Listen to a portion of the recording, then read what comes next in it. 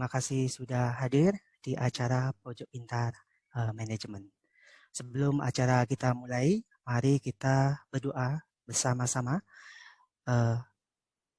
ini ya atas meninggalnya Bapak Toto Helianto dari PT Pelindo 3.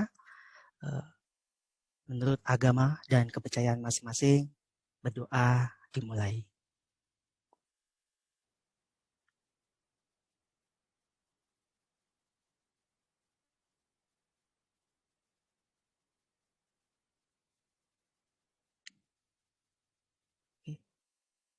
Berdoa selesai. Terima kasih.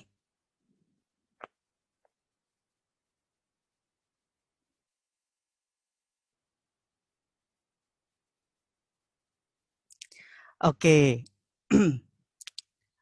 Selamat sore Bapak, Ibu, dan teman-teman sekalian. Assalamualaikum warahmatullahi wabarakatuh. Selamat bergabung, selamat datang dan bergabung ya. Terima kasih kepada Bapak, Ibu, dan teman-teman sekalian yang sudah hadir dalam program Pojok Pintar Manajemen seri ke-26 Road to HCNC 2020. Tema Pojok Pintar Manajemen kali ini adalah Coaching for Greater Resilience, gitu. Bapak Ibu sekalian, ini merupakan perpaduan dengan kegiatan Road to New Human Capital National Conference 2020 yang akan dilaksanakan pada 4 sampai 5 November tahun 2020. Di HCNC nanti akan ada berbagai macam topik yang menarik seputar New Approach in Learning and Development. Nah, sebelumnya perkenalkan saya adalah Aksan Nurafi. Bapak Ibu sekalian, hari ini akan dipandu bersama dengan saya. Saya adalah dosen, konsultan, dan juga trainer PPM Management, sekaligus juga co-founder dari organisasi global Product Development and Management PDMA Indonesia. Nah, Bapak Ibu sekalian, acara ini didukung oleh PPM Management sebagai lembaga manajemen terkemuka di Indonesia yang telah menjadi mitra bagi berbagai individu dan organisasi privat maupun nirlaba dari BUMN, swasta hingga badan pemerintah melalui layanan unggul di pelatihan, pusat asesmen, riset dan konsultasi, seminar dan konferensi, buku dan majalah hingga pendidikan manajemen. Nah, kali ini Bapak, Ibu, dan teman-teman sekalian kita akan berdiskusi dan mendengarkan materi dari narasumber.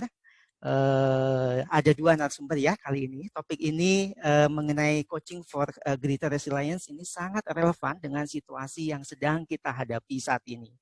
Dan saya sangat yakin Bapak, Ibu, dan teman-teman yang hadir di sini adalah para pemimpin dan calon pemimpin yang sudah tak sabar belajar bareng bersama-sama selama 2 jam ke depan.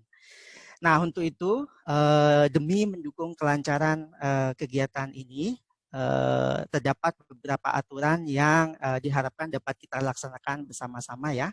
Yang pertama adalah Bapak Ibu sekalian, admin akan mematikan video dan mute suara partisipan supaya tidak mengganggu jaringan. Jadi mohon maaf kalau ini ya suara dan video akan diatur oleh para admin.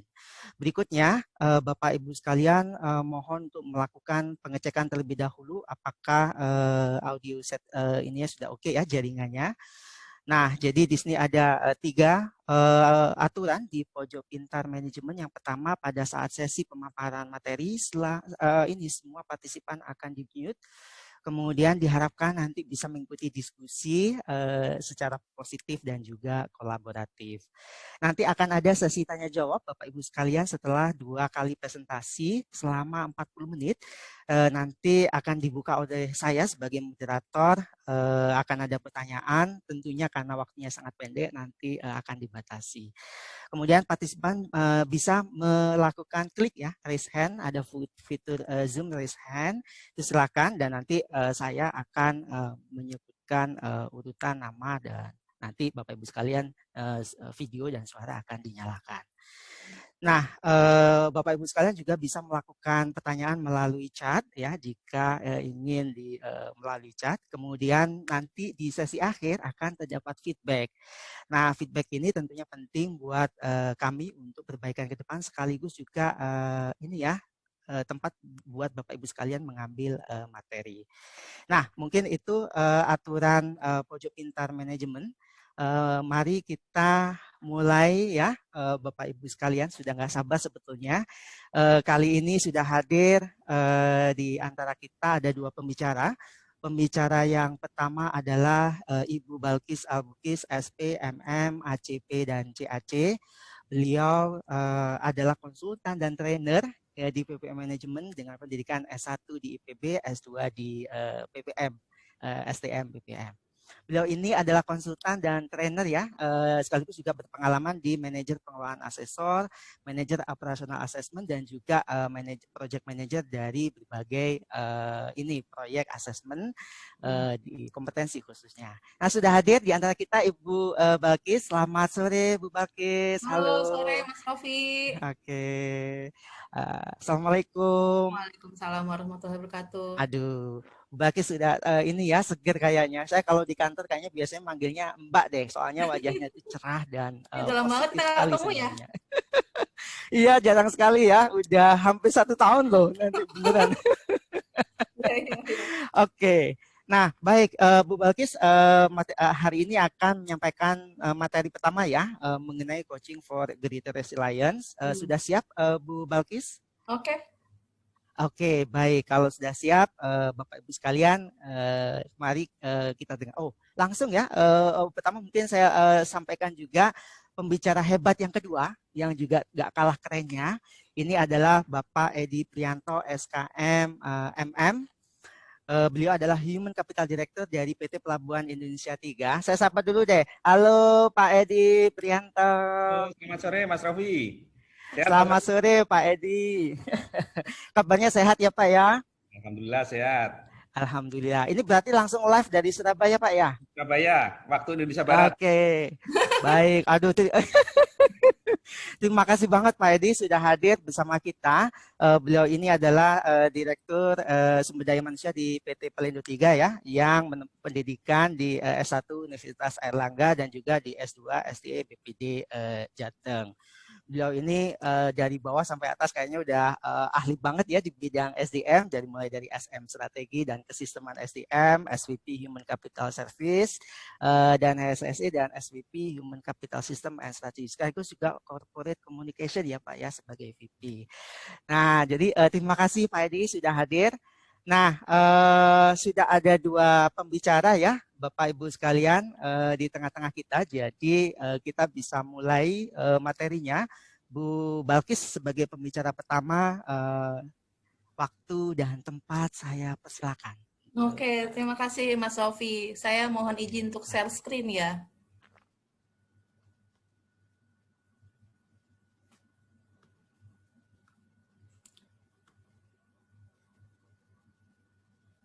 Kelihatan nggak ya materi saya?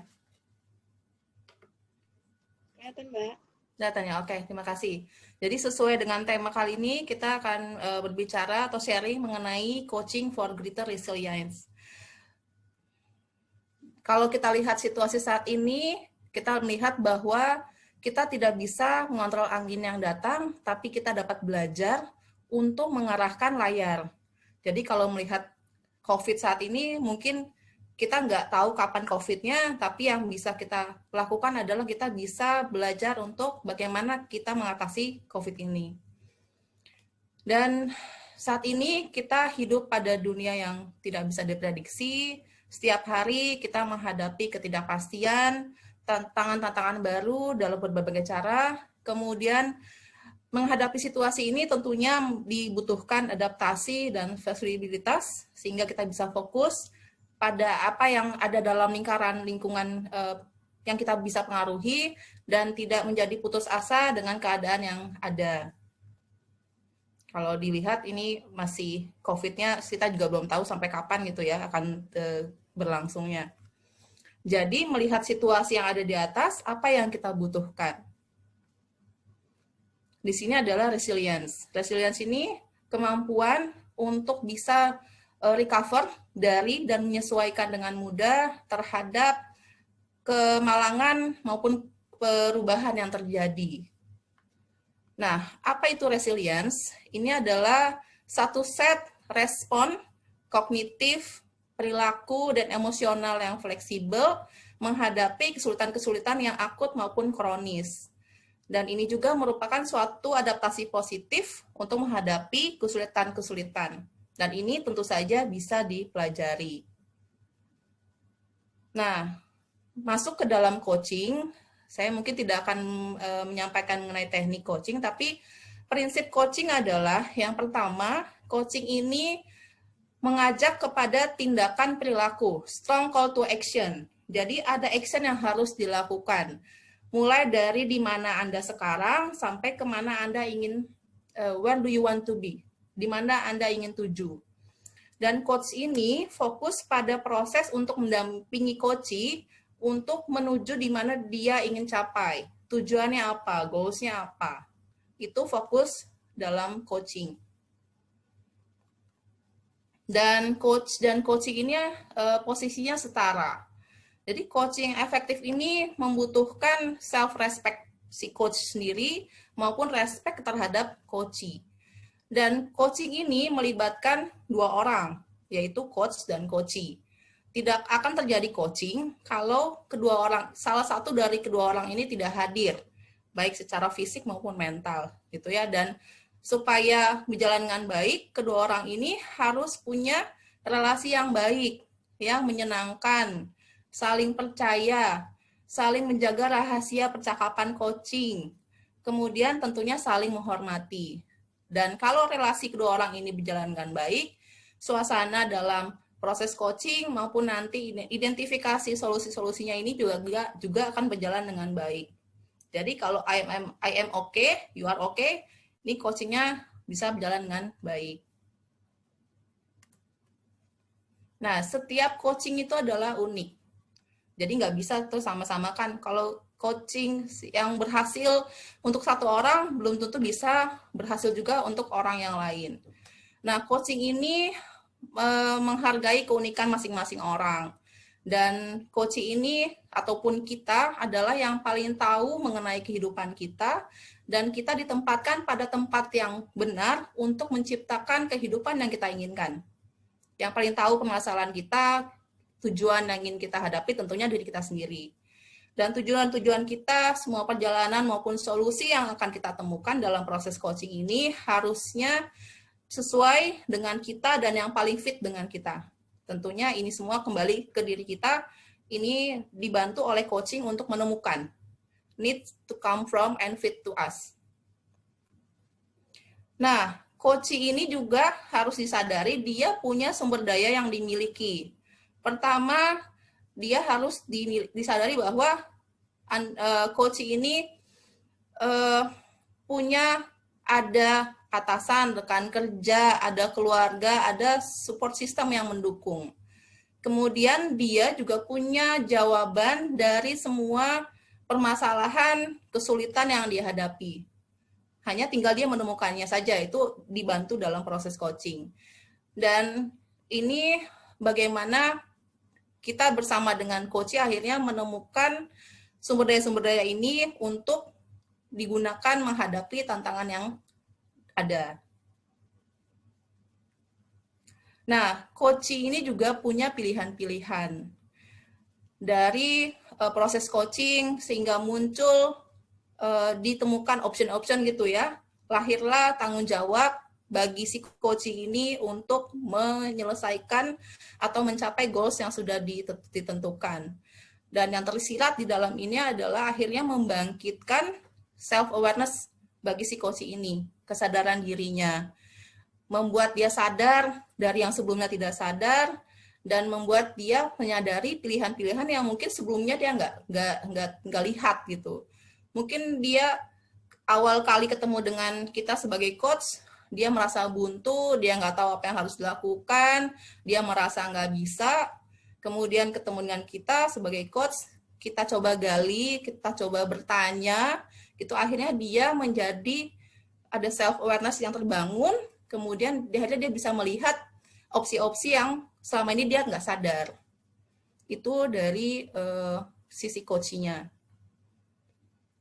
Nah, dalam sebuah organisasi tentunya kita ingin proses coaching ini menjadi sebuah budaya. Bagaimana semua orang dapat memanfaatkan metode coaching ini untuk mengatasi fase resilience ini, kemudian kita bisa menuju ke fase recovery. Nah, apa saja yang bisa dilakukan untuk membentuk coaching menjadi sebuah budaya dalam organisasi? Yang pertama, call it out.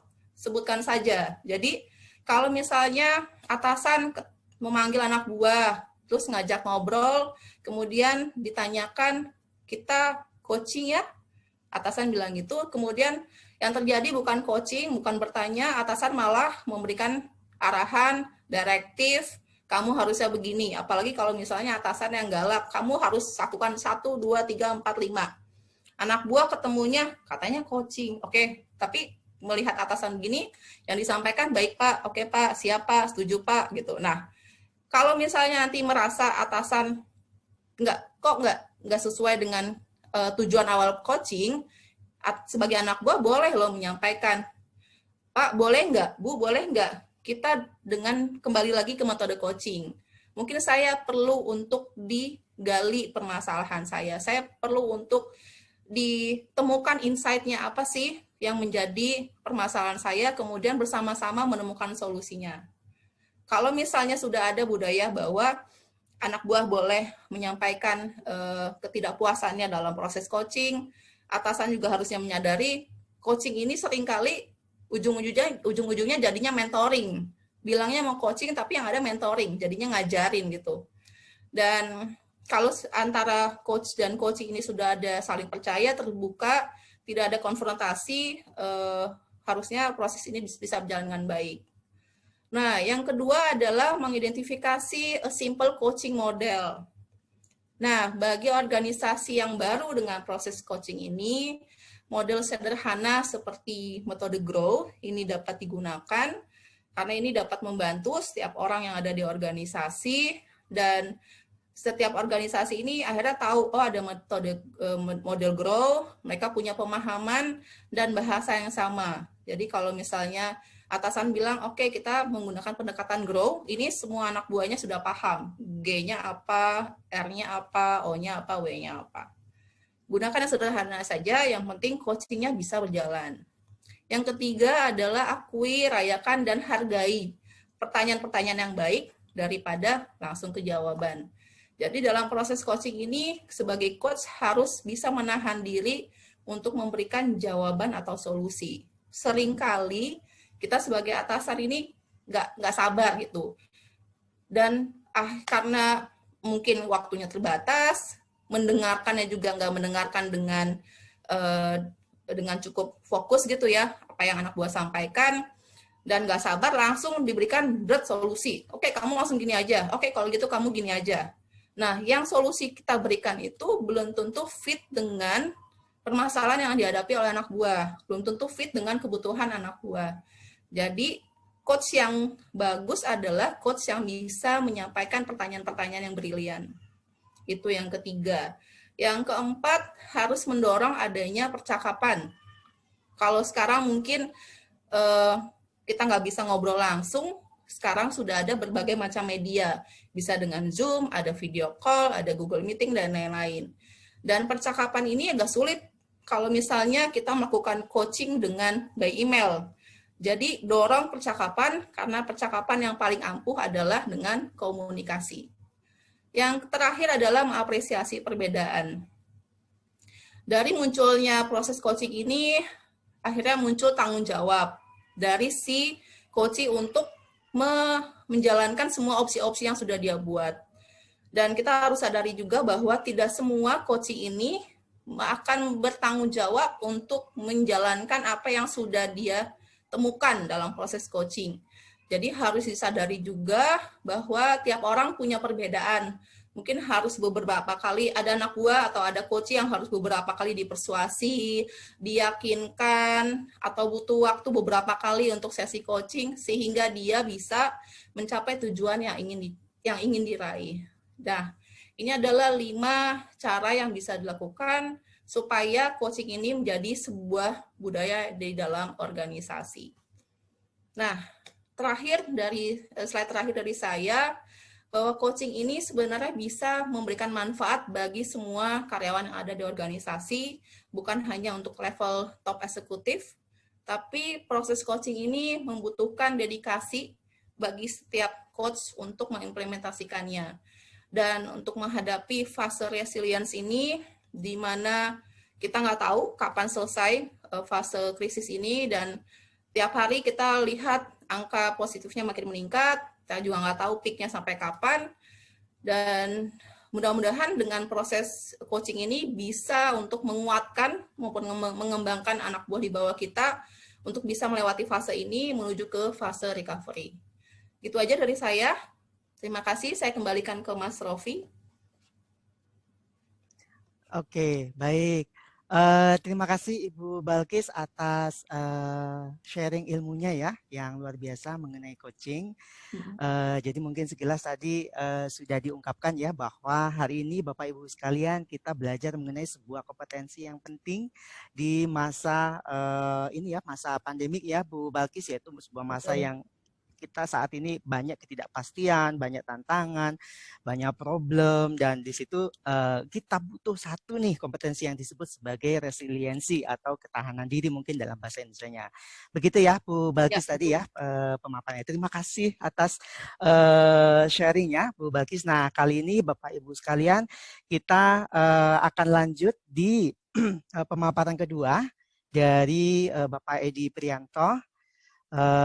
Dengan judul yang hampir sama juga ya, dan beliau nanti akan sharing mengenai pengalaman dan juga ini ya ilmu yang luar biasa dari PT Pelindo. Nah Pak Edi ini sudah tampil bersama dengan kita, sudah siapkah Pak Edi untuk sharing di sini? Oke. Terima kasih Pak Edi. Baik, waktu dan tempat saya persilakan. Baik, terima kasih Mas Raffi. Selamat sore kawan-kawan sekalian. Mudah-mudahan di sore ini tetap semangat ya, karena biasanya kalau udah sore gini sudah semangatnya berkurang karena sudah mau pulang kerja. Bisa jadi seperti itu. Tapi sore ini adalah mari kita gunakan kesempatan ini untuk sharing bersama. Kita diskusi aja. Jadi sebenarnya kalau materi tadi sudah disampaikan oleh Bu Alkis tadi, ya saya juga belajar dari PPM gitu. Kurang lebih sebenarnya sama aja. Cuma nanti kita lebih banyak nanti mungkin diskusi ya. Karena terus terang ketika bicara coaching gitu ya, itu kalau hanya dibicarakan itu awang-awang, tapi memang harus dilakukan dan harus diuji cobakan. Ya, kalau mungkin teman-teman yang sudah pernah mengikuti bagaimana asesmen kompetensi, itu pasti ada namanya role play. Ya, role play salah satunya adalah melakukan coaching. Ya, ada beberapa kesalahan-kesalahan yang terjadi ketika coaching ini kita coba mengupas gitu ya, dan nanti sesi diskusi akan lebih banyak. Saya mulai dari tantangan kondisi saat ini ya, kurang lebih sama tadi bahwa VUCA itu tidak bisa kita hindarkan. Industri 4.0 ini semakin cepat terjadi ya, apalagi dengan kondisi Covid ya. Justru saat ini dengan Covid orang banyak galau, orang banyak gundah, orang banyak bingung, banyak pekerja jadi stres, banyak pekerja jadi khawatir. Bisa jadi akhirnya dampaknya adalah produktivitas kinerjanya kurang ya. Anak-anak juga demikian, anak-anak jadi belajarnya terganggu ya. Orang tua juga bisa jadi stres. Nah, jadi banyak hal gitu ya. Nanti kita akan bicara di sana. Inilah tantangan yang kita hadapi. Tentunya ya, siapapun kita adalah menjadi pemimpin bagi diri kita. Bisa jadi Anda calon pemimpin, Anda saat ini juga sudah menjadi pemimpin di unit kerjanya. Tetapi pada prinsipnya adalah kalau kita sebagai pemimpin, maka kita harus bisa melakukan namanya coaching. Ya, tadi detail sudah disampaikan, saya akan sedikit aja mengulasnya. Saat ini kondisi yang terjadi bahwa saat krisis penanganan yang terencana itu bukanlah yang menjadi sebuah prioritas, tetapi justru bagaimana perilaku dan pola pikir untuk mencegah aksi terhadap krisis tersebut. Jadi bagaimana menghadapinya? Ya, jadi bukan merencanakannya. Kalau merencanakan sudah direncanakan, mitigasi aman selesai. Tetapi bagaimana melakukan perilaku untuk mencegah terjadinya reaksi ya atas krisis tadi. Sama sebenarnya COVID ini adalah krisis ya, krisis secara global. Ketika krisis terjadi, orang banyak bingung, orang banyak galau, orang banyak kesulitan ya. Yang berikutnya adalah bahwa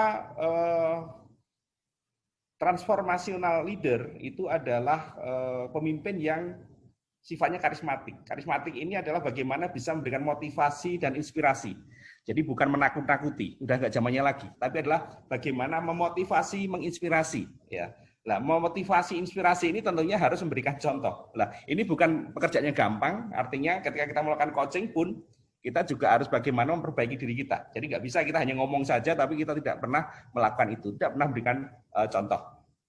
Kawan-kawan sekalian, saya akan pisahkan dulu ya. Ini supaya kita ketahui ya apa yang disebut dengan bos, apa yang dengan leader. Karena urusannya nanti coachingnya salah tadi. Ya. Kalau jadi bos, coachingnya tadi langsung arahan. Ya, kamu harus lakukan ini, kamu salahnya ini, kamu kurang di sini, mestinya kamu seperti ini. Lah, nanti beda dengan bagaimana leader melakukan coaching gitu. Ya. Kalau bos biasanya adalah sifatnya memerintah, pokoknya diperintah, ya, pokoknya saya awasi, ya, pokoknya banyak bicara, ya, contoh nggak pernah tapi ngomong tok gitu, ngomong doang, banyak menyuruh, instruksi berlebihan, ya, kalau ada salah nyalahkan, ya, atau nyari kambing hitam itu biasanya terjadi, ya, eksploitasi, ya, biasanya adalah untuk saya, ya. Memberikan rasa takut, nah, biasanya gitu. Kalau kita kerja dalam ketakutan berarti ya pimpinan Anda bukan leader tapi bos, gitu ya. Berpikirnya adalah jangka yang pendek. Ya. Beda dengan leader ini adalah memandu. Lalu kaitannya dengan coaching. Ya. Nanti akan dipandu. Bagaimana ketika melakukan coaching? Maka Anda akan dipandu, mencari akar masalahnya. Anda punya masalah, masalahnya di mana? Penyebabnya apa? Akar penyebabnya ini. Ya. Masalahnya, akarnya, penyebabnya dicari. Sehingga nanti bersama-sama mencari solusinya. Jadi bukan langsung mengarahkan. Memotivasi, mendorong, memberi motivasi. Ya, ini yang penting. Banyak mendengar. Kawan-kawan. Kita punya 2 telinga, ya, 1 mulut. Mestinya kita harus banyak mendengarkan dibandingkan kita banyak bicara. Karena mulut kita hanya 1, tapi telinga kita 2. Makanya sudah sepantasnya kita mestinya banyak mendengar, tapi kita tidak menyadari itu. Kebanyakan bicara akhirnya kita lupa untuk mendengarkan. Ya. Melatih, ya, kerjasama, ambil tanggung jawab, ya, kemudian beri apresiasi. Nah, ini adalah perbedaannya. Saya lanjut aja. Jadi perannya strategis sekali sebagai pemimpin, ya. Tadi peran strategisnya adalah bagaimana memformulasikan strategi organisasi agar dipahami, ya. Jadi strateginya harus dijabarkan, harus dipahami, ya, dan dieksekusi oleh karyawannya. Sebagai coach, ya, kalau bicara coach, ya, ini adalah bagaimana mengarahkan dan mengembangkan. Ya, agar bisa sukses, ya. Tadi coach, maka diri kita, ya, siapapun kita, apakah Anda pemimpin di unit kerja, apakah calon pemimpin, ataukah Anda individu tapi Anda pemimpin. Paling tidak adalah Anda pemimpin untuk diri sendiri. Kalau dalam keluarga, Anda pemimpin dalam keluarga. Ya, Anda punya anak, Anda berhak untuk melakukan coaching pada anak Anda, melakukan coaching pada suami atau istri Anda. Boleh melakukan itu, ya, karena perlu dirasakan, itu perlu. Fasilitator, ya, tentunya akan memfasilitasi interaksi dan role model. Role model penting. Kenapa? Tadi seorang pemimpin harus memberikan contoh. Ya. Kalau tidak bisa memberikan contoh, nggak bisa dicontoh, ya percuma. Nanti dicibir. Akhirnya apa? Karyawannya nggak akan ikuti. Ya. Nah, ini saya berikan gambaran terkait dengan pengembangan SDM di Pelindo 3. Salah satunya memang ada yang disebut dengan social learning. Ya. Kalau kami ada prosentase, ya, yang di tempat kami formal learning itu adalah 10% formal, ya. Kemudian social learning itu adalah 20% dan experiential learning 70%. Jadi komposisi ini kita belajar formal di kelas, ya, workshop, training, seminar itu hanya komposisinya 10%. Social learning itu adalah salah satunya adalah tadi kita melakukan coaching, ya, mentoring, counseling itu adalah 20%. Dan experiential itu adalah job assignment, ya, kemudian melakukan data sharing, project gitu, ya, itu 70%. Kenapa? Ternyata ini cukup efektif untuk melakukan peningkatan kompetensi pada masing-masing individu. Karena kita ketahui ketika bicara kompetensi ada 3 pilar, yaitu adalah skill, knowledge, dan attitude, ya. Lah, skill ini bisa diperoleh, Anda bekerja, rutin lakukan, maka Anda skill dapat, knowledge Anda bisa dapatkan, ya, itu di Google, Anda dapatkan itu di mana saja, karena belajar itu tidak hanya di dalam kelas, Anda bisa belajar di lingkungan Anda, ya. Mau belajar di jalan juga bisa, mau belajar di tempat kerja juga bisa. Ini udah knowledge-nya. Cuman yang sayang adalah bagaimana attitude-nya. Nah, inilah yang terpenting. Untuk membangun attitude, merubah attitude, maka perlu dilakukan dengan salah satunya dibimbing oleh pimpinannya dengan melakukan coaching tadi. Ya, tadi ini sudah sekilas sudah, saya nggak perlu sampaikan manfaatnya tadi, apa manfaatnya? Manfaatnya kurang lebih juga sudah sekilas sudah disampaikan, tapi grow juga sudah disampaikan kurang lebihnya. Jadi harus ada tujuannya apa, perhatikan kondisi saat ini, ya. Artinya goal, reality, option, dan will, ya. Jadi bagaimana dengan coaching itu bukannya kita langsung searah, tetapi bagaimana itu adalah dua arah. Justru kita harus lebih banyak mendengarkan, kita harus banyak mendiskusikan dan memecahkan masalah secara bersama. Bukan kita yang memecahkan masalah itu. Ini yang kebanyakan yang salah. Ya. Ini adalah secara prinsip ya. Ini secara teorinya saja. Kalau teman-teman belum tahu secara teori nanti bisa dibaca. Tapi pada prinsipnya adalah kalau coach itu porsinya mestinya 20%. Kalau Anda banyak bicara berarti salah. Ya. Coachingnya ya, yang di coaching itu adalah 80%. Jadi dia harus banyak bicara. Kita banyak memancing pembicaraan. Kita justru memancing mengarahkan kira-kira permasalahannya apa. Kemudian kita memancing bagaimana solusinya. Kira-kira solusinya seperti apa, kendalanya apa, dan apa yang dihadapi sekarang ini, dan apa menurut pendapat dia untuk menyelesaikan masalah itu. Sehingga apa? Justru mestinya kita ini kalau sebagai coach kita harus sedikit untuk bicara, banyak dengarkan. Berarti komposisi 20-80 ya. Yang prinsip berikutnya adalah bagaimana menggali kemampuan diri dari coach ya. Jadi bagaimana kita bertanya untuk membantu coach ini terhadap permasalahannya. Jadi dia ada kesadaran. Solusi juga sama. Solusi adalah bagaimana dia bisa memberikan kontribusi solusi dan memecahkan masalah. Ini jauh lebih penting ya, dan jauh akan lebih efektif dibandingkan solusinya adalah dari kita. Ya, karena orang itu kebanyakan mau melakukan eksekusi, mau menyelesaikan masalah kalau usulannya adalah dari yang bersangkutan. Tinggal bagaimana kita memfasilitasi dan mengarahkan. Itu kuncinya di situ. Ya. Kemudian ini seni bertanya tadi. Jadi bagaimana bertanya, bagaimana mengarahkan gitu ya. Kemudian yang kedua adalah seni mendengarkan. Jadi kita harus banyak mendengarkan, aktif, tidak memotong, kadang kita nggak sabar gitu. Kita sudah tahu permasalahannya kadang, tetapi nggak boleh kita langsung memotong karena kita nggak sabar, kita nggak ada waktu, kita pengen cepet-cepetan sehingga dipotong pembicaraan. Padahal dengarkan aja semuanya. Meskipun kita sudah tahu mungkin solusinya, kita punya solusi, tapi tidak perlu untuk disampaikan di situ. Ya. Lah, ketika mendengar tentunya kita juga harus menyimak jawaban. Jawabannya harus kita simak. Jadi jangan kita menganggap ya kita sambil main handphone, mungkin sambil mengerjakan yang lain, ya harus kita dengarkan. Artinya apa? Kita benar-benar memperhatikan apa yang dia sampaikan. Ya.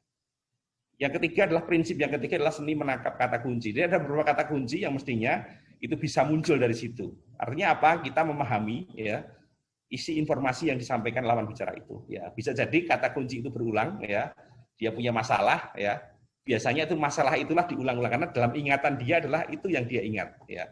Terus kemudian intonasinya mesti berbeda, ya. Intonasi berbeda karena ini nanti menyangkut dengan emosi. Ketika itu adanya emosi dari dirinya, maka ada perbedaan intonasi dan nada bicara.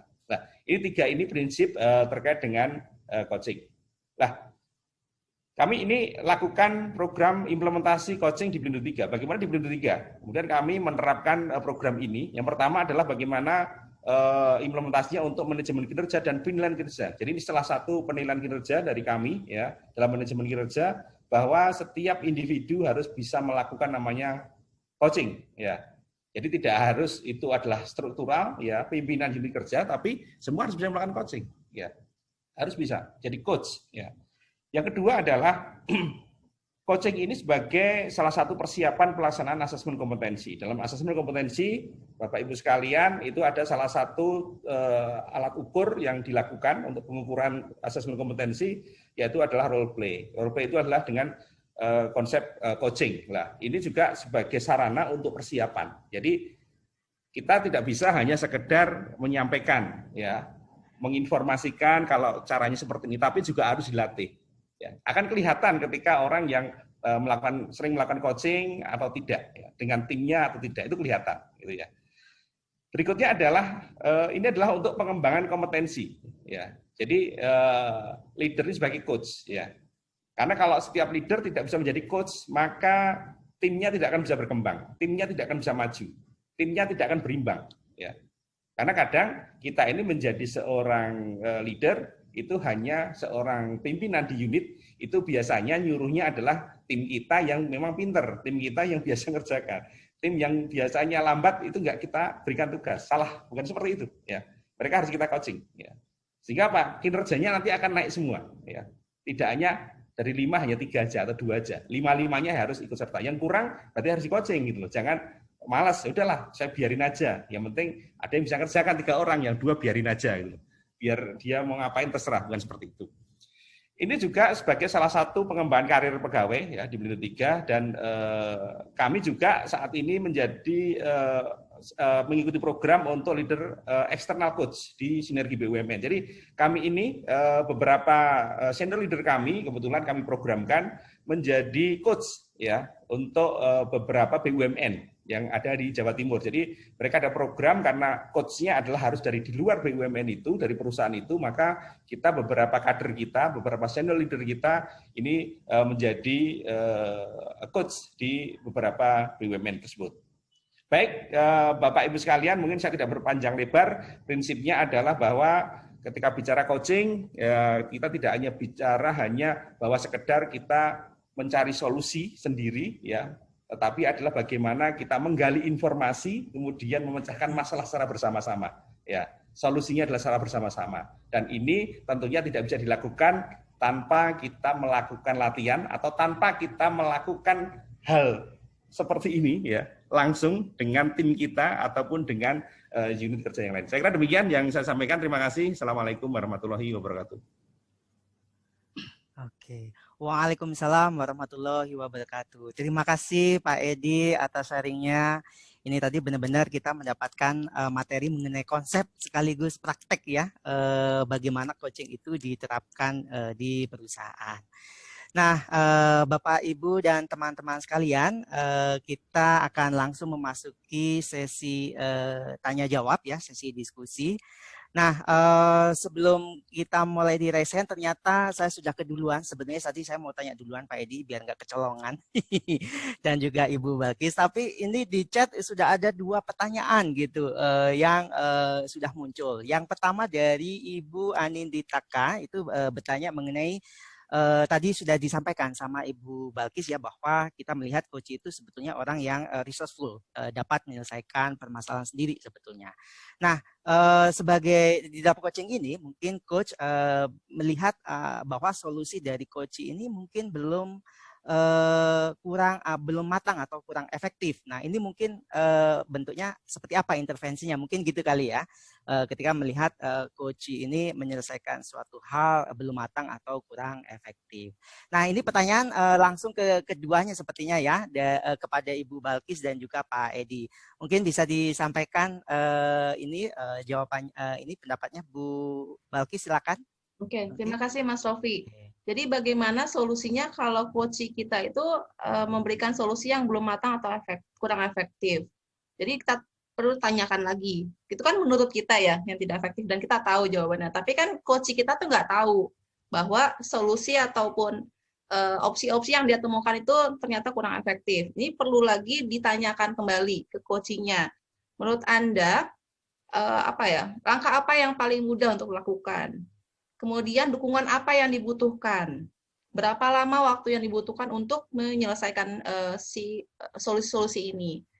Jadi coba dipancing dia menemukan bahwa oh iya ya ternyata kalau dilakukan ini tuh masih belum efektif. Oh iya ya ternyata lakukan ini tuh belum selesai masalahnya. Oh iya ya ternyata ini belum menggunakan semua sumber daya yang ada. Jadi harus digali dari dianya supaya dia menemukan insight-nya bahwa solusi yang dia sampaikan itu ternyata belum efektif. Jadi perlu ditanyakan kembali. Gitu sih kalau dari saya. Baik, terima kasih Bu Balkis. Jadi tadi kuncinya adalah perlu penggalian terlebih dahulu ya, lebih mendalam untuk mengetahui tersebut. Si coachingnya dibuat sadar bahwa solusi yang dia temukan itu ternyata belum efektif. Tapi kita nggak boleh ngasih tahu. Digali terus, ditanyakan lagi. Oke. Terima kasih Bu Balkis atas sharingnya. Pak Edi gimana atas tanggapannya atas pertanyaan yang tadi ya dikatakan coachingnya belum matang atau kurang efektif. Gimana Pak Edi? Ya, pertanyaannya bagus sekali gitu ya. Kalau coaching rata-rata ini belum matang rata-rata gitu ya. Kebanyakan mereka masih bingung gitu loh. Solusi masih bingung caranya gimana. Justru inilah salah satu kompetensi yang harus dimiliki seorang leader, seorang kalau melakukan coaching ya coach, maka ini harus memiliki keterampilan berkomunikasi ya. Berkomunikasi. Sebenarnya langkah pertama ini adalah masalah jam terbang ya. Terus terang, kalau tidak dilatih nggak bisa. Sama seperti kita ini disuruh berenang di kolam renang. Kita sudah diajari gaya dada, gaya kata, gaya kupu-kupu. Tapi ketika tidak pernah masuk kolam renang ya kita nggak bisa berenang. Itu seperti itu contohnya. Jadi memang harus dilatih dan itu harus ada jam terbang. Yang kedua adalah kalau saya teknik yang pernah saya lakukan cukup efektif adalah teknik seperti melakukan investigasi, ya. Tapi tidak menekan ya. Kalau investigasi kita lebih baik menekan, tetapi adalah mencari tadi akar masalahnya di mana. Kita harus kejar terus dia. Masalahmu di mana sebenarnya, ada masalah apa gitu. Masa begitu? Enggak sih, menurut saya enggak, ada yang lain kayaknya disembunyikan gitu loh. Itu dikejar gitu loh. Nah, ini adalah teknik aja. Biasanya kegagalannya kita ini sebagai coach kita nggak sabar.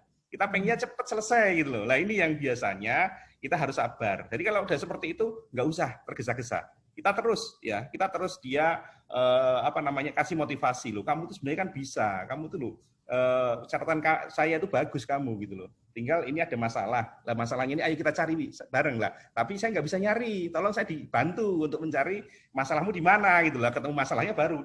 Menurutmu kira-kira solusinya apa gitu loh.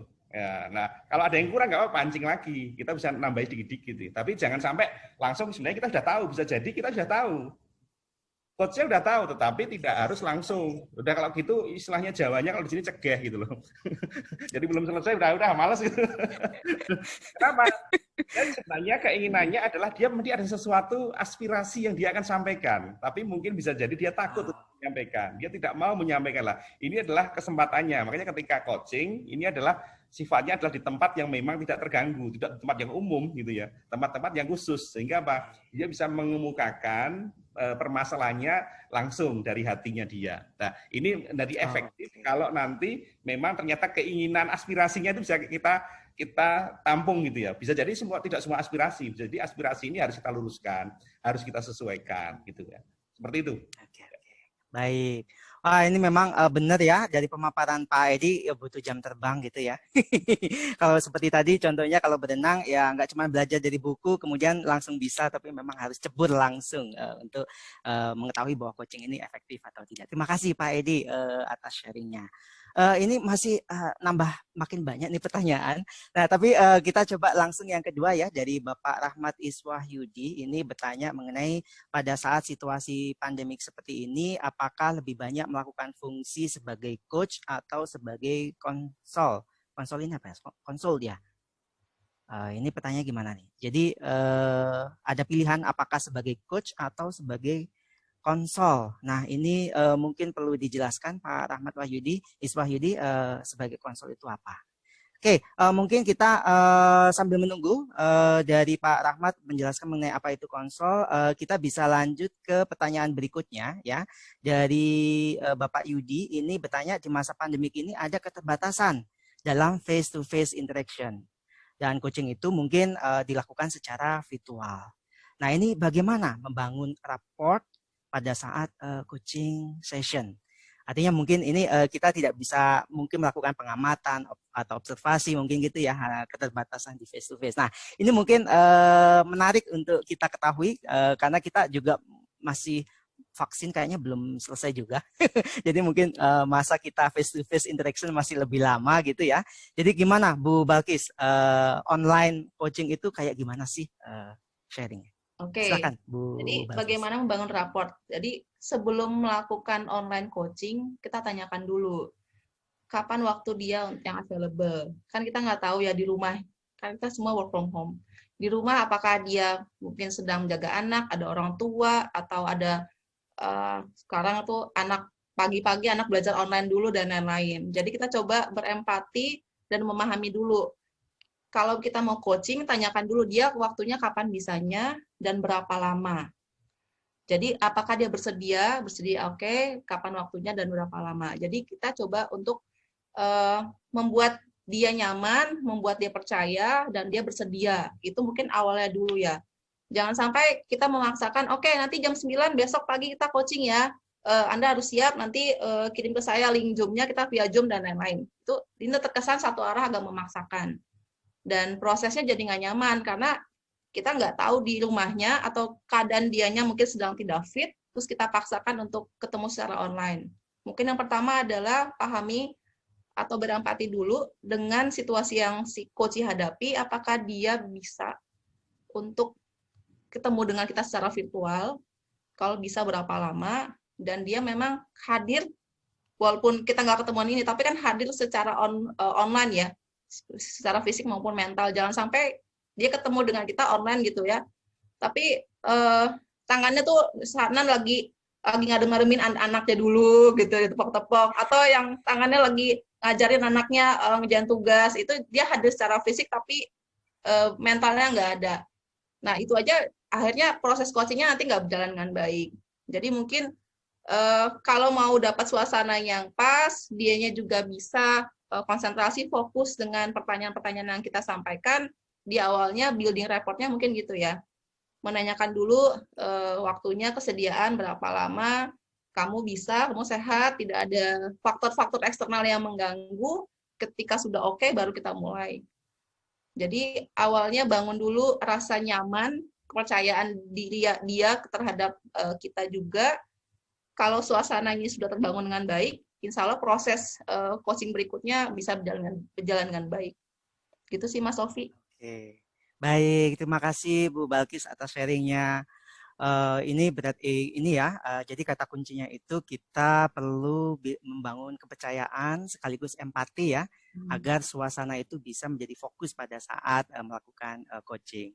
Makasih Bu Balkis. Nah, kalau Pak Edi gimana? Kalau nggak salah Pak Edi pernah cerita ini Pelindo masih selalu offline ya kerjanya ya, tapi mungkin ada yang online gitu. Nah, bisa di-sharingkan Pak Edi gimana nih coachingnya? Ini pasti mungkin lebih repot lagi, ada online, ada offline gitu. Silakan Pak Edi.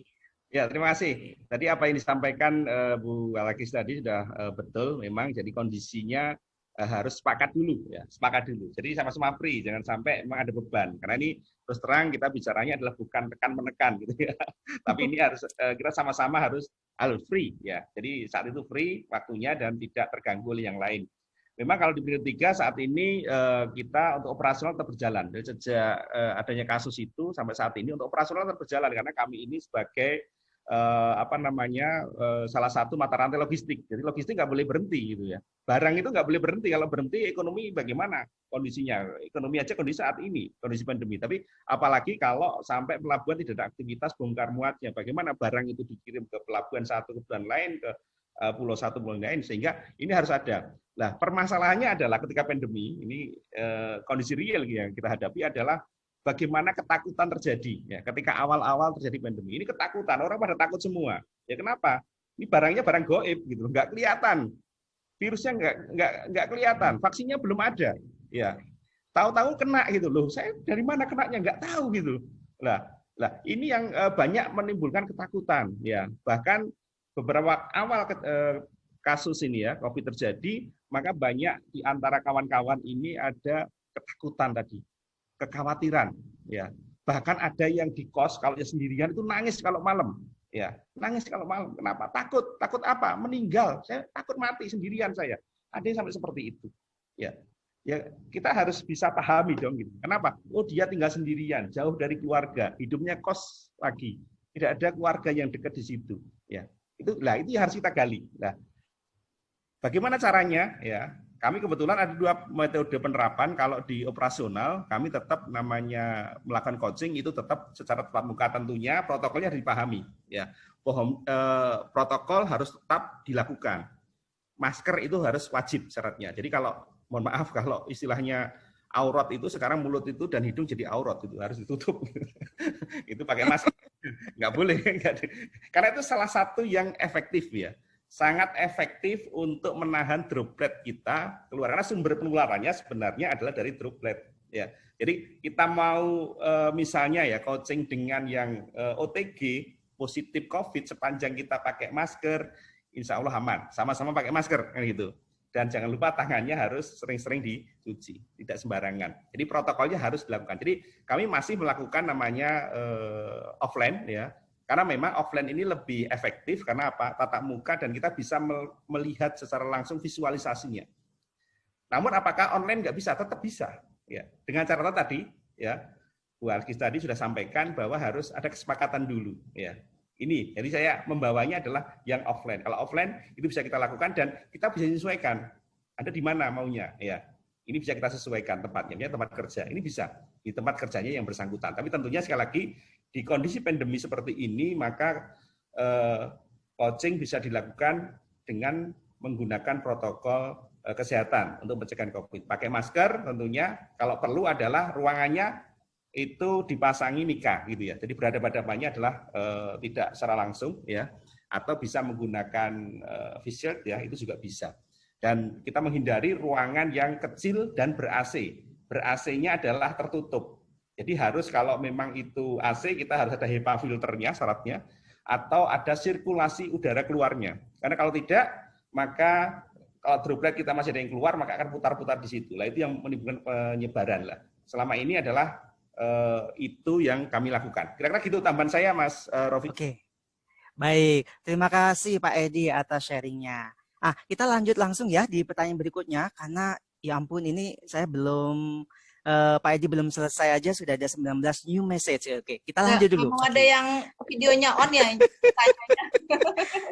Iya, langsung semuanya di chat nih gitu, pada malu atau gimana. Nah, ini kita langsung lanjut ya, Bu Balkis dan Pak Edi. Ini ada pertanyaan dari Pak Budi Anta.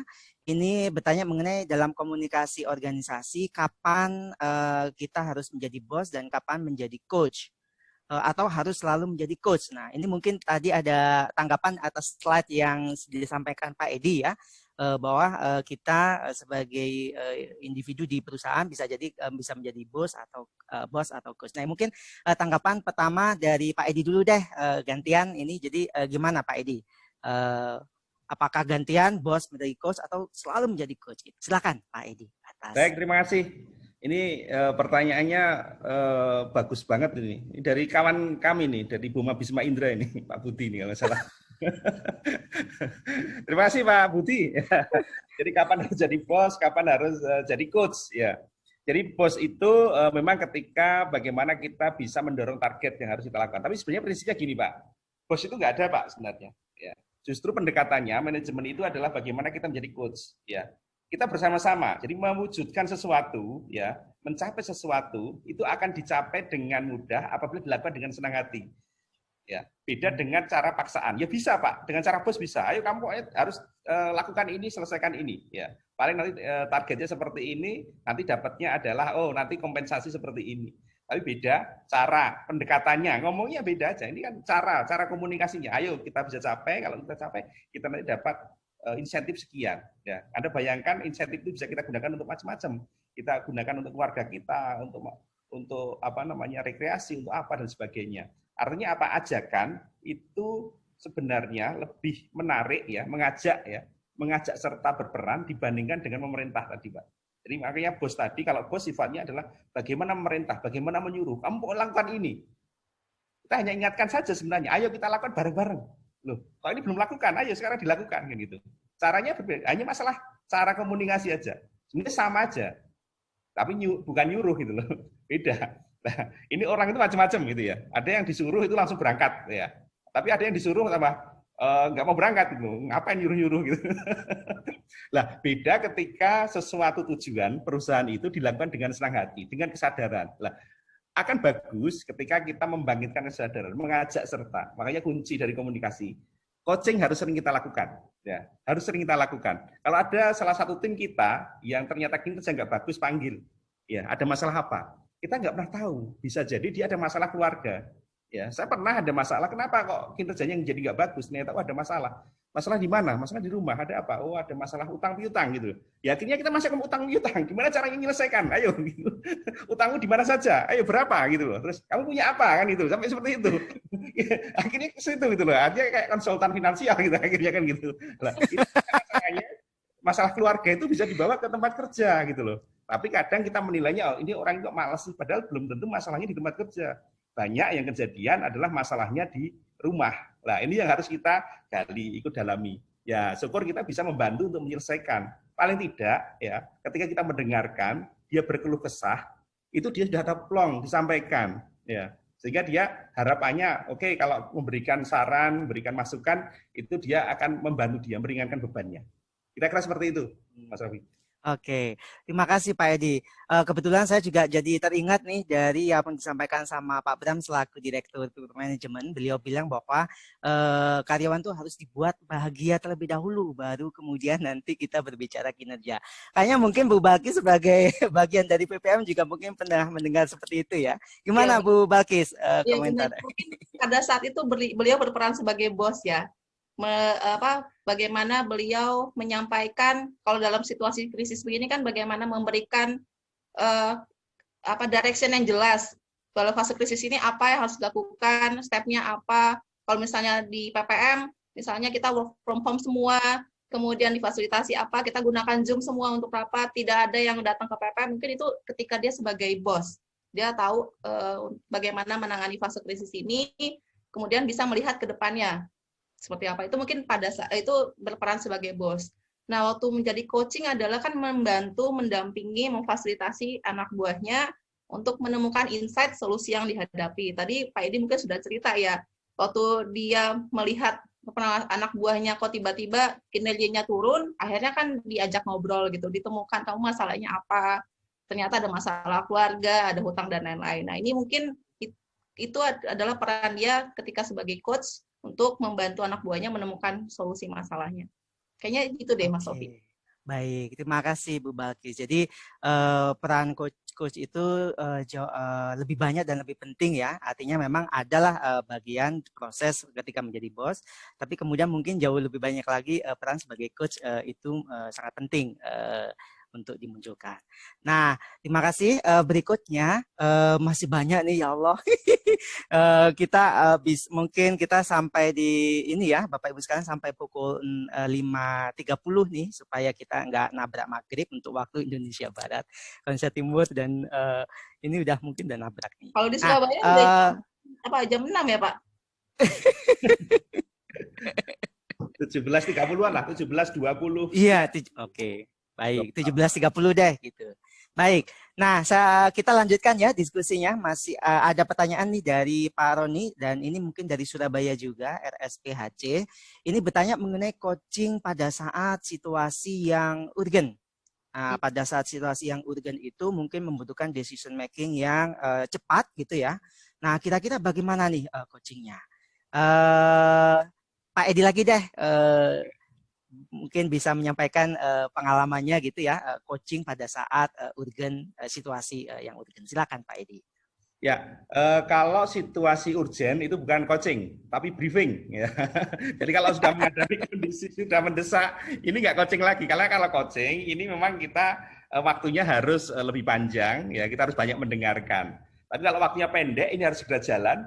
Apa yang harus bagi tugas, harus diselesaikan, maka itu briefing. Ya. Namanya briefing. Ya. Dalam briefing harus dibagi pembagian tugas. Apa yang harus dilakukan? Kamu lakukan ini. Kira-kira gimana? Ya, ada kesulitan nggak? Kesulitanmu di mana gitu. Nah, nanti itulah dibahas ya. Tugas A ini, tugas B ini, tugas C ini. Udah, sekarang cek masing-masing ada kesulitan, ada keberatan gitu. Ada yang perlu bantuan kan gitu. Nah, itu briefing nanti. Ya, sifatnya lebih briefing. Tadi langsung mengarahkan, memberikan penugasan, tetapi bisa diajak komunikasi dua arah. Dalam briefing itu dua arah masih bisa dilakukan ketika, Pak, saya ada kendala ini, saya nggak bisa menyelesaikan. Yaudah, ayo siapa yang bisa bantu gitu. Nah, nanti itu bisa disupport oleh tim yang lain atau personil yang lain, sehingga atau bisa digantikan perannya. Nah, ini pentingnya kalau kondisi mendesak, karena kalau kondisi mendesak tidak mungkin itu dilakukan coaching ya. Sekali lagi sudah keburu nanti acaranya selesai karena ini sifatnya kan nanti mendesak gitu ya. Kalau di rumah sakit udah mau operasi ya nggak mungkin kita coaching ya, kita briefing bagi tugas. Kalau operasinya operasi besar, ayo kita bagi tugas gitu. Itu briefing ya. Kamu yang melakukan bios, kamu yang melakukan bedah, kamu yang melakukan penyuntikan dan sebagainya. Itu briefing. Ada masalah sudah pernah menangani misalnya, ada yang belum pernah punya pengalaman, kalau belum pernah silahkan sampaikan. Kalau ada keberatan silakan gitu. Nah, itu juga dua arah ya, tapi tidak sifatnya tidak individu, karena kalau coaching itu sifatnya individu dengan individu, tapi kalau briefing itu dengan satu tim. Sifatnya seperti itu. Satu orang pun juga bisa Oke. melakukan dengan cara briefing. Seperti itu, Mas Taufik. Terima kasih Pak Rani. Oke. Baik, terima kasih Pak Edi atas pemaparannya. Bu Bagis gimana Iya, kurang lebih sama tanggapannya? sebenarnya. Contohnya misalnya situasi lagi kebakaran, kan nggak mungkin kita coaching gitu ya. Oke, kebakaran penyebabnya apa? Kebakarannya di mana? Kemudian kira-kira melihat kamu apa yang bisa digunakan untuk mengatasi kebakaran. Udah keburu besar itu kebakarannya. Kalau kita banyak banyak tanya gitu ya. Jadi kita lihat situasinya. Kalau dalam situasi urgent, mau nggak mau, seperti yang sampaikan Pak Edi, udah bagi-bagi tugas, udah langsung memberikan arahan. Kamu melakukan ini, koordinasi dengan siapa, apa saja yang harus disiapkan dan lain-lain.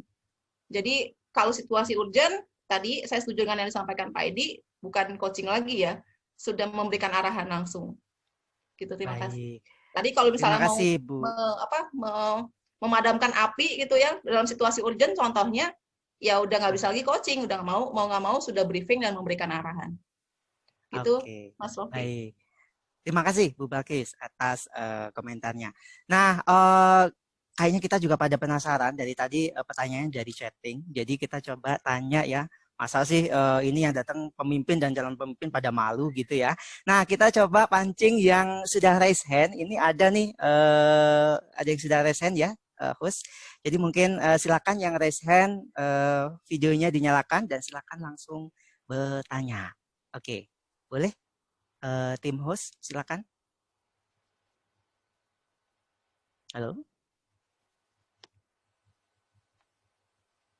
adakah?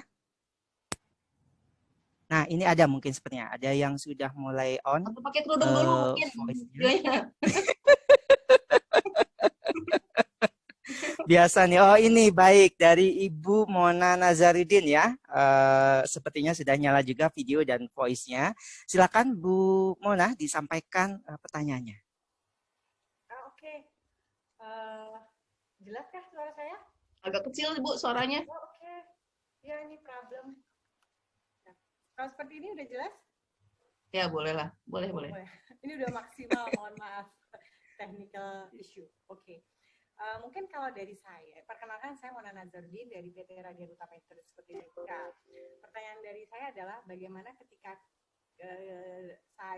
kami sebagai coach menghadapi anak buah, di mana tim kami ini berbeda generasi dengan kami.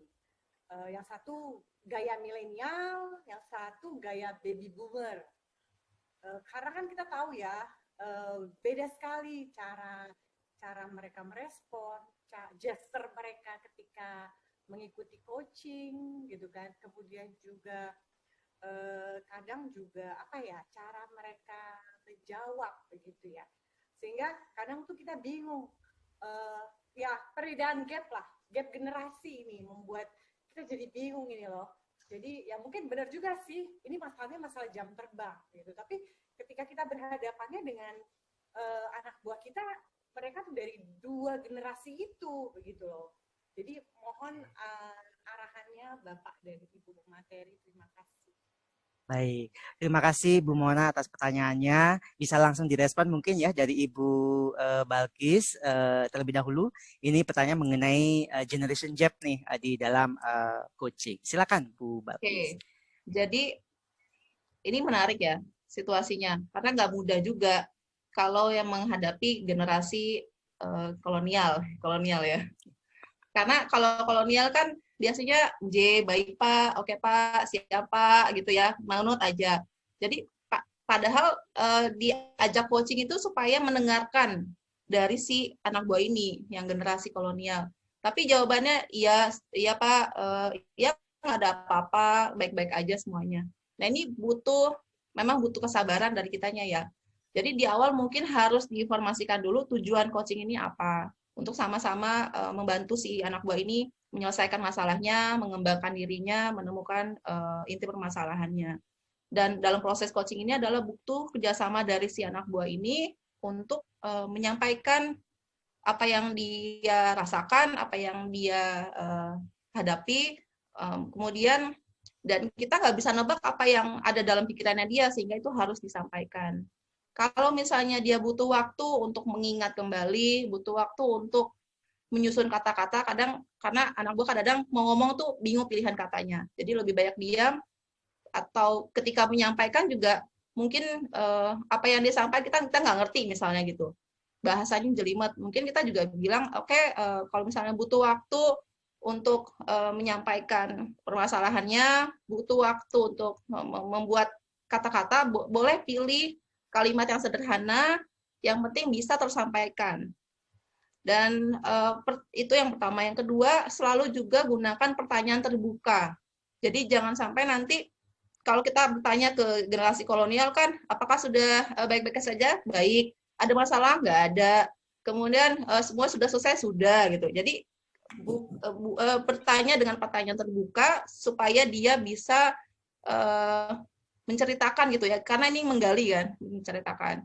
Dan harus si anak buah yang generasi kolonial ini juga paham kalau dia berkontribusi dalam proses coaching ini, dia menyampaikan ini adalah manfaatnya untuk diri dia sendiri loh, bukan untuk si coachnya. Ini adalah manfaat bagi si coachingnya sendiri. Jadi mungkin di awal perlu disadari juga kenapa dilakukan proses coaching ini, untuk membantu dia dan manfaatnya untuk dia.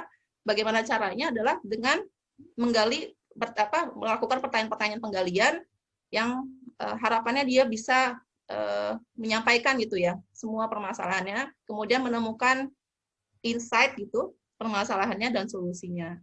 Kemudian kalau yang generasi milenial ini kan kadang-kadang mereka itu malah nggak mau diarahkan, nggak mau dikasih tahu, tapi malah mungkin yang minta duluan, saya mau dong ketemuan, mungkin malah waktunya secara informal gitu ya, bisa sambil ngopi-ngopi, nggak harus di dalam jam kerja, nggak harus di dalam kantor. Nah, yang menarik adalah mereka mungkin kita harus mendengarkan dan menangkap apa yang mereka sampaikan, karena kan mereka juga menyampaikan mungkin maunya cepat, dan mungkin kadang-kadang butuh persetujuan dari kitanya. Kalau saya melakukan ini gimana? Kalau saya melakukan ini gimana? Nah, seringkali mereka sudah punya banyak ide, tapi mungkin butuh diarahkan mana yang paling mudah untuk dilakukan terlebih dahulu, mana yang paling mungkin dilakukan terlebih dahulu, mana yang bisa dilakukan secara bertahap supaya itu rencana yang dia buat, opsi-opsi yang dia temukan itu bisa terlaksana secara konkret. Mungkin dibantu itu aja kayaknya. Itu kayaknya dari saya, Mas Sofi. Oke, baik. Terima kasih Bu Balkis. Mungkin langsung lanjut dulu sebelum dari Bu Mona, Pak Edi, gimana nih tanggapannya untuk Generation Gap nih? Terima kasih Bu Mona, pertanyaannya menarik sekali dan ini memang banyak kita hadapi Bu, karena memang saat ini terjadi gap ya, generasi gapnya ya. Kalau kayak kami kalau saya ini kan serenial katanya gitu, seniornya milenial menghadapi dengan milenial ya. Saya langsung fokus saja karena yang dihadapi lebih banyak adalah milenial saat ini. Lah milenial itu lebih banyak, mohon maaf, mereka idenya tadi sudah disampaikan tadi Bu Alkif sudah benar sekali bahwa idenya banyak sekali, banyak ide. Cuman biasanya mereka lupa diproses gitu ya. Jadi banyak langsung pada orientasinya pada hasil. Nah, tugas kita yang saya lebih banyak biasanya adalah bagaimana membuka wawasan mereka bahwa prosesnya itu seperti ini. Jadi tidak hanya bicara sekedar itu hasil. Artinya apa? Harus menggalinya memang lebih dalam. Kalau strategi supaya kita bisa memahami mereka, maka kita harus sering-sering kumpul dengan mereka. Ya. Sering jalan dengan mereka. Supaya kita tahu ternyata, oh model-modelnya keinginannya seperti ini gitu ya. Karena prinsipnya supaya kita bisa mengajak serta mereka, kita harus tahu apa yang diinginkan dari mereka. Ya. Karena terus terang generasi berbeda ini juga menimbulkan permasalahan ya saat ini. Jadi kita harus bisa memahami dan milenial saat ini ya prosentasenya cukup signifikan, cukup besar ya, populasinya kalau di perusahaan kami itu cukup besar, sehingga bagaimana justru orientasinya adalah kami adalah ke milenial, bagaimana edukasinya ke milenial, bagaimana arah kedepannya yang dimaui milenial. Justru kita apa yang dimaui milenial sebenarnya gitu, tapi masih dalam tatanan rel yang benar. Nah, bagaimana salah satunya adalah kita harus mendalami ya. Jadi ketika kita melakukan coaching Bu, memang benar Bu, biasanya banyak sekali yang disampaikan, yang dikemukakan. Bisa jadi nanti keluar rel gitu ya. Kemana-mana ini akhirnya, kemana-mana. Atau banyak alasan gitu. Alasannya banyak. Nah, bagaimana ya caranya adalah kita ini membatasi saja dan kita juga menunjukkan filosofinya kita melakukan ini itu seperti ini loh. Ya. Kadang mereka tidak tahu filosofinya. Dasarnya apa sih kita melakukan ini? Kadang kita harus jelaskan. Karena mereka tadi, saya nggak peduli itu gimana caranya, pokoknya saya lakukan ini, hasilnya seperti ini. Mereka harus tahu supaya apa? Tidak terjadi fraud. Karena kebanyakan teman-teman karena tidak tahu prosesnya, proses tidak dijalan dengan benar, filosofinya tidak diketahui, ini yang menimbulkan fraud. Kalau saya sih solusinya ya kita harus mengetahui, ya kita harus banyak bergaul dengan mereka. Jadi harus ya sering-sering tadi ngopi-ngopi bareng lah. Kira-kira seperti itu, karena mereka sukanya ngopi gitu loh.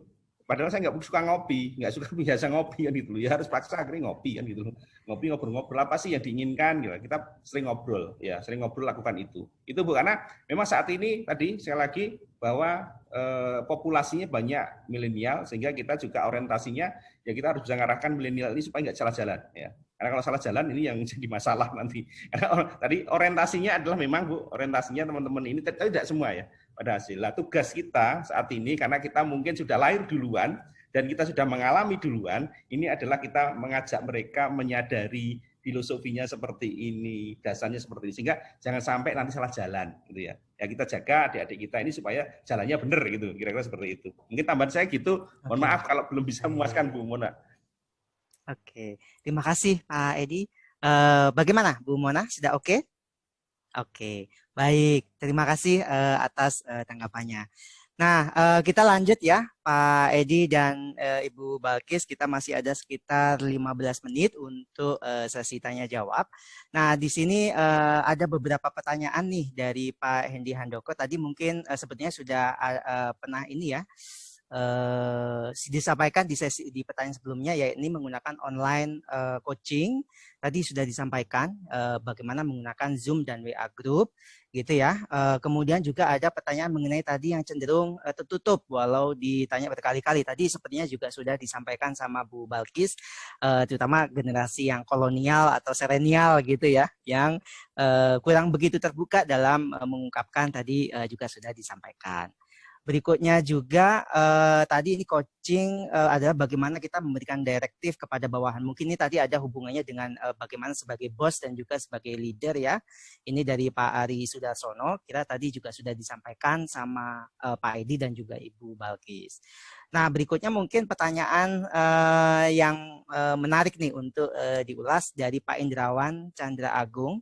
Itu bertanya mengenai lebih efektif mana sistem coaching atau sistem reward and punishment jika karyawan yang kita miliki itu tingkat pendidikannya cukup rendah.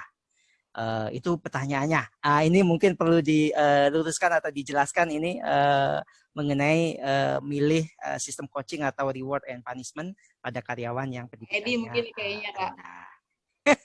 Pak Edi ini kayaknya. Silakan Pak Edi. Pertanyaannya berat ini.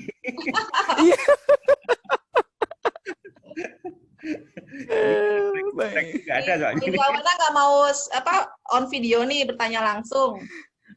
Iya nih Pak Indrawan mungkin perlu diperdalam.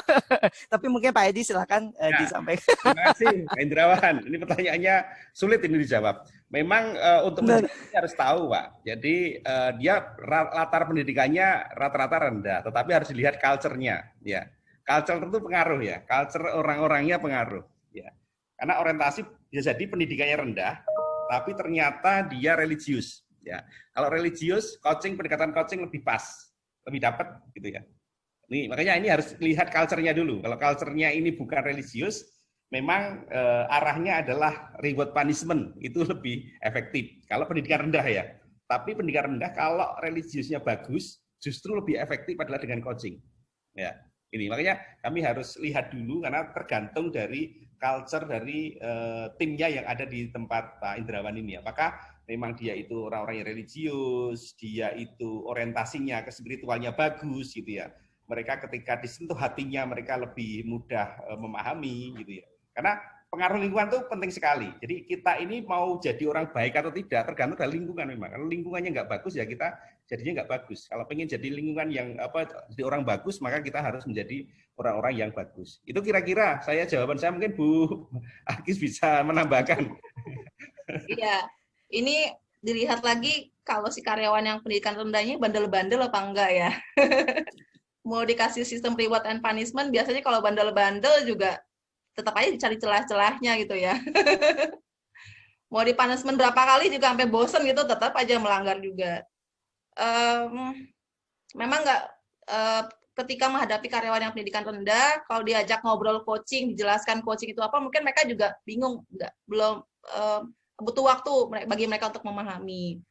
Jadi kalau di coaching ditanya-tanyain, nanti akhirnya kita banyak bertanya dan nggak dapat jawaban dari mereka. Khawatirnya seperti itu. Saya setuju dengan yang disampaikan Pak Edi. Mungkin langkah yang lebih efektifnya dengan sistem reward dan punishment.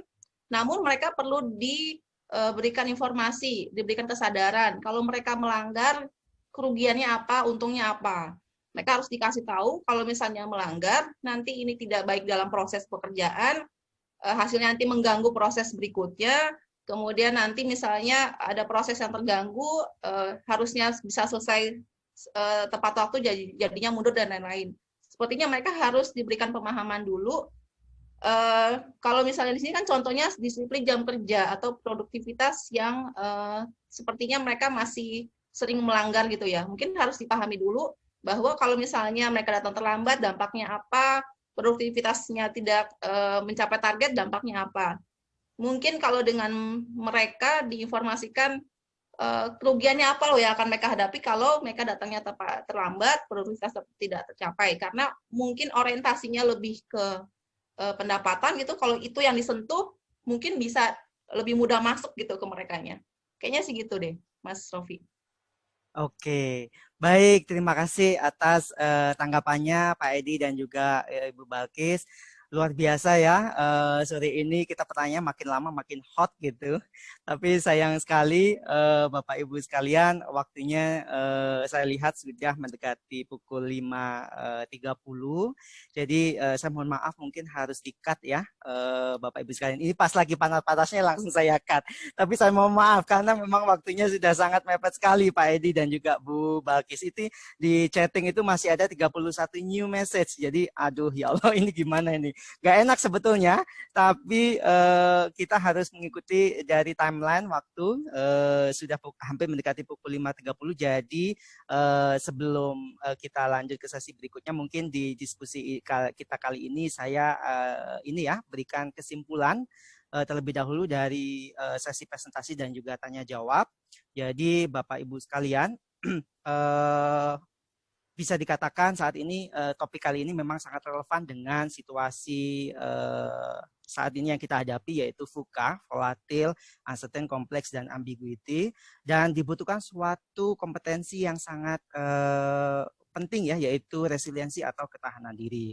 Nah, kompetensi ini bisa berjalan melalui coaching, Bapak Ibu sekalian, dan coaching itu agar efektif tadi Bu Balki sudah menyampaikan harus dilaksanakan secara fokus gitu ya. Kemudian harus dipahami bahwa coach dan coach itu sederajat gitu. Kemudian coaching harus menonjolkan keunikan individu ya, karena tiap individu itu punya sumber daya dan juga pilihan-pilihan. Nah, tadi juga disampaikan ada 5 cara dalam menciptakan budaya pembinaan atau coaching yang efektif. Yang pertama, jadikan sebagai tantangan, miliki model coaching yang tepat, kemudian lakukan pengakuan dan selebrasi, dorong komunikasi dan apresiasi perbedaan. Nah, ditambahkan lagi tadi dengan pemaparan dari Pak Edi bahwa coaching itu sebetulnya salah satu tugas dan tanggung jawab sebagai seorang leader atau pemimpin. Selain sebagai role model, fasilitator, dan juga pemegang posisi strategis. Nah, coaching ini ternyata bagian dari konsep learning effectiveness yang punya efektivitas cukup besar ya dalam meningkatkan kompetensi karyawan. Dan itu juga ditunjukkan dalam penelitian bahwa coaching itu bermanfaat mendorong individu lebih adaptif, lebih bertanggung jawab, dan positif dalam peningkatan kinerja, kaderisasi, dan juga promosi. Tadi juga disampaikan satu model, yakni model coaching ya, GROW, akronim dari Goal, Reality, Option, dan juga Will.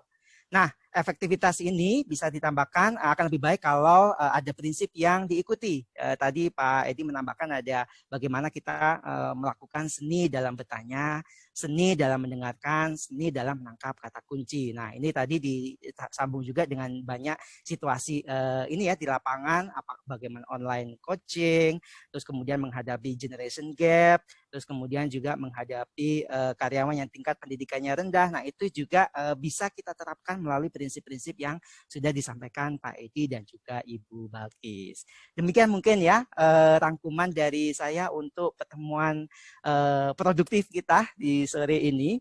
Jadi Bapak Ibu sekalian, mohon maaf sesinya tidak bisa kita lanjutkan.